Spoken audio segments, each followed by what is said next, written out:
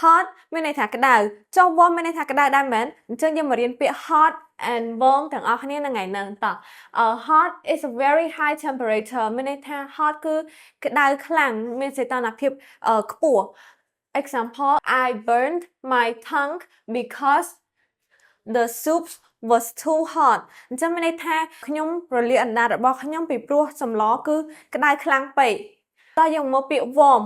warm មានន័យថាit's a little hot but gentle and comfortable មានន័យថា warm ហ្នឹងគឺក្តៅតិចតិចឬក៏គេហៅថាក្តៅអ៊ុនៗឬក៏កក់ក្តៅក៏បានដែរវាមានសីតុណ្ហភាពនៅទាបដែលយើងមានអារម្មណ៍ថាយើងអាចទ្រាំទ្រវាបានណាអញ្ចឹងឧទាហរណ៍ I like taking a warm shower before bed អានោះមានន័យថាខ្ញុំចូលចិត្តងូតទឹកក្តៅអ៊ុនៗមុនពេលចូលគេងអញ្ចឹងវាក្តៅហ្នឹងគឺក្តៅតិចតិចដែលយើងអាចទ្រាំបានមិនដូច hot វាក្តៅខ្លាំងពេកសីតុណ្ហភាពខ្ពស់អញ្ចឹងថ្ងៃហ្នឹងវីដេអូយើងមានតែប៉ុណ្្នឹងទេបើសិនជាអ្នកទាំងអស់គ្នានៅមានចម្ងល់អីទៀតអាច comment នៅខាងក្រោមបាន Thank you